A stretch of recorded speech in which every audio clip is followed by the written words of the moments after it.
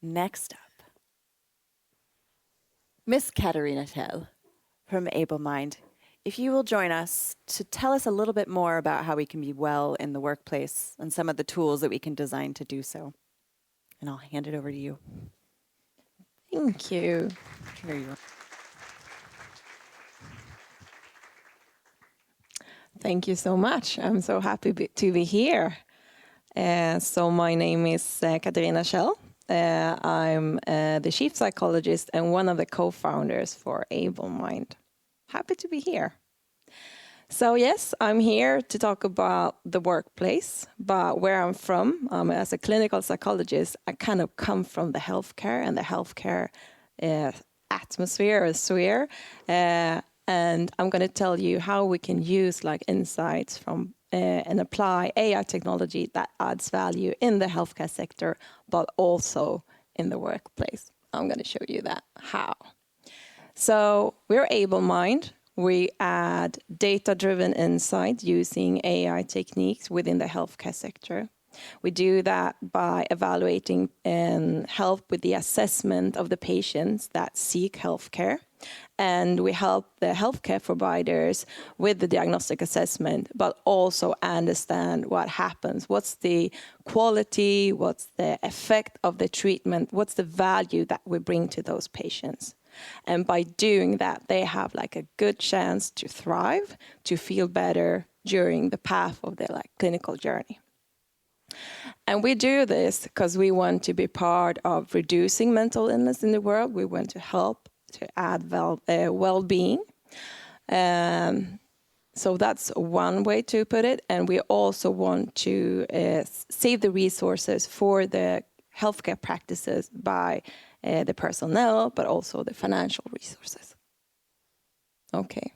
So what we do is like we give a comprehensive clinical assessment within a few seconds. That's the value that we bring, and we do this for the sphere that we're in is called the precision mental health. It gives we use a technology that provides more efficient care to the healthcare industry. Today, the normal procedure is to use a paper and pen, or you have like an unstructured conversation with a healthcare provider. We allow the respondent to elaborate on their mental health using their own words, describing how they feel. There's this kind of assessment has been evaluated and developed together with patient organizations such as Balance and ours having difficulties with depression or anxiety. Oh, sorry.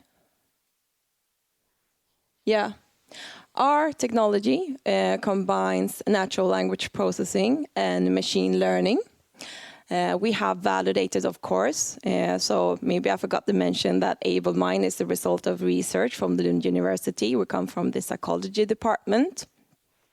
So we have validated on a lot of responses, trained the model, tested it in Swedish, English, and Arabic to make sure that how do we handle like cultural differences, like gender, cultural diversity. And we also trained it, like, as you know, with machine learning and within the field of psychology, like the output like the measure that we want to understand. We want to have the best estimate as possible to understand, like, what's the most accurate diagnosis here? How do we explain the things that we see in the sense that make as most sense as possible in terms of deciding what's the right type of intervention here?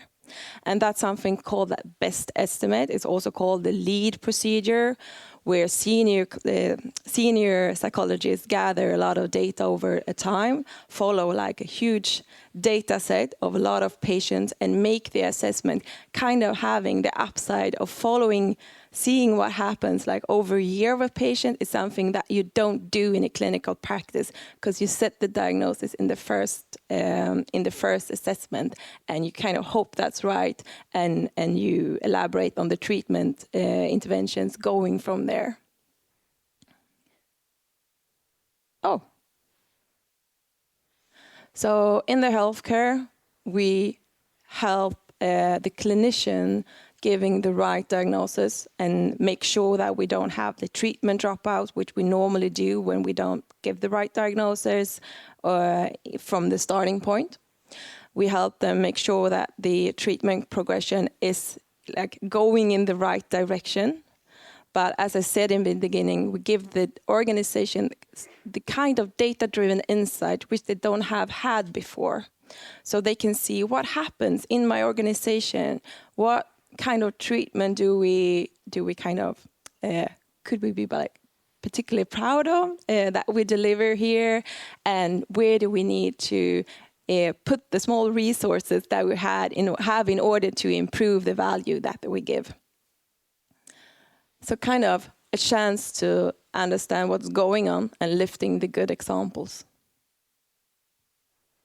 So just to make sure we have show you how we apply this. So there is a patient, a respondent, who answer where either you with either free text or descriptive words describing their mental health. And that adds value both to the clinician and to the organization. But of course, this is something, this technology and this way of thinking adds value to the healthcare sector, adds value to a workplace as well. That duality, like I can do something for myself, but I am also a part of a workplace, and there is a duality between me and the workplace where I'm in. So this is not something for an employer that think that there is there is a sharp line between my mental health from the workplace perspective and like the rest of my life. Everything is merged. There is something maybe causing my mental illness if I have one, but there could be someone else. Maybe that's in my private life, but maybe it's something in my workplace life that's maintaining it, or vice versa. Like, we come from the perspective that doesn't matter. We can all do things to make us feel better and also thrive.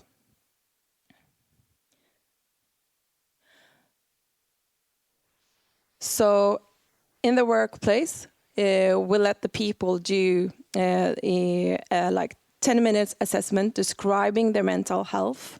And by doing that, you get a good starting point, understanding where am I in terms of depression, stress, anxiety, but also aspects of mental health, such as harmony, like balance. How am I in relation to my to the environment where I'm in? Am I balanced, in tune with myself? Based on my results, I get suggestions on different interventions I can do for myself to kind of strengthening my resilience. And I can also like track if I make progression in the way that I want to. The organization, they also get the information on an aggregated level, of course. They get an understanding like how is the organization feeling in terms of stress, harmony, balance. But they also get these aggregated descriptive words. So if people in the workplace give an overview describing like this work, the workload is unfair, it's unbalanced, that gives you as the leader of an organization like good insights on what you can do that makes a difference to increase the well-being in your organization and also address the stress level that you have. So one can say that we take the temperature of your mental health. You get this tracker, like where am I in terms of the depression, stress, as I mentioned, but also we have the positive side as well, because we know that if you want to be like, if you want to be like a successful business, you have to address those aspects. And if you get the well-being aspects in your workplace, the people that work in your organization will thrive and succeed in the task that you're on. So I want to mention that some people are very like hesitant and reluctant to measure that the thing of measure can cause it some kind of resistance. It's very familiar in organization and maybe among us as individual itself. But from where I'm from, we talk about measurement as the first, like it's an intervention in itself. It calls for more discussion. People get it like, okay, have you seen this? And how are we addressing this issue? I had this question, what do you think about that? Like we are discussion, like the measurement is the first type of intervention that put you on a pathway towards awareness and what you can do to get a better understanding on the next step. So this is an example like that. We have an organization that used way, and this is like an early on experience of the value by starting to measure, however you choose to do that. So yes, we are an AI-based company and we use AI, but if you want to add value in a clinical practice or in a workplace, of course, the user-friendliness is the key to success. Being like from the research starting point, we were like so happy when we got this amazing result about outperforming clinicians and like the common way to assess like mental health. But from there is like a journey to make it as accessible and available to the people that's going to use it.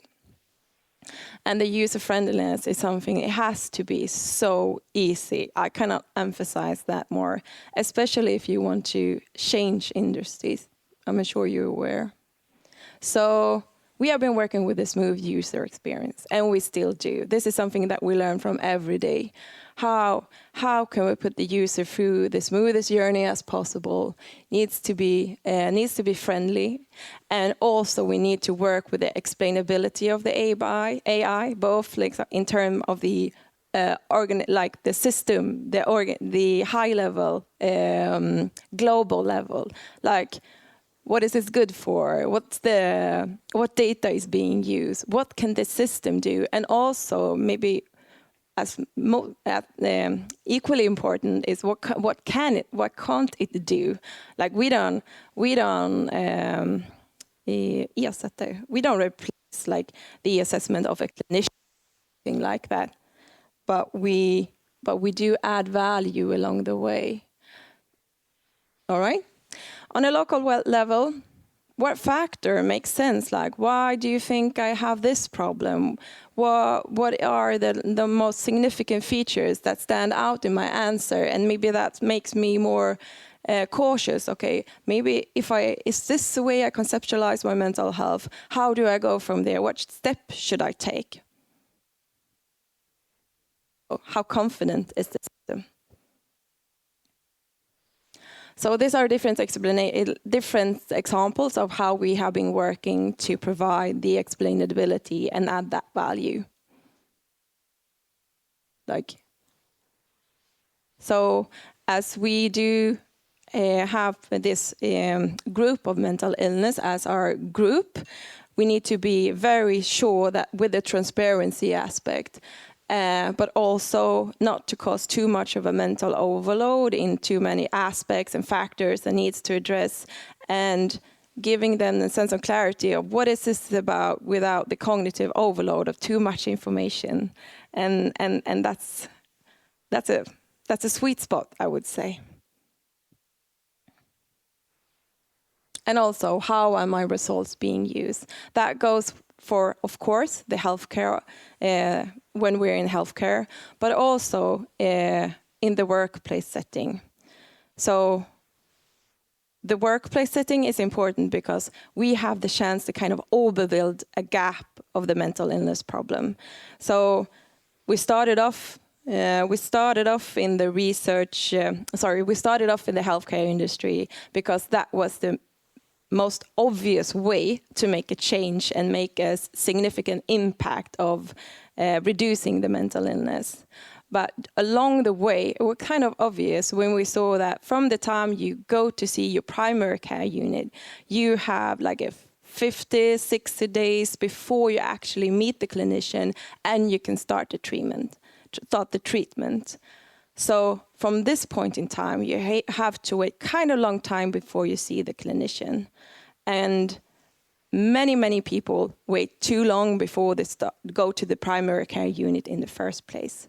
And that makes the workplace like a super important unit to identify mental illness and help doing something before it's manifested and kind of part of your everyday life. Because if we do something here, we have so much better chance to do that. And by this way of like seeing where you're at in terms of your mental health, you have the chance to like strengthening yourself, but also raise awareness on a high level where you're not exposed in terms of it's anonymized and aggregated, so there is no tracking between you and this high level data. So you can give the feedback and you can like direct the organization in terms of this is the change that we need to do, but also take care of yourself. So looking into the future, yes, we have the healthcare here, and we can use AI tools to make that so much better and add value both to the patient, but also be mindful of the personnel that's working there. But we can also use it in a workplace setting to raise awareness for ourselves, but also in the organization. And that's the shift that we want to be part of and the shift that we want to stand for. Yeah. Thank you.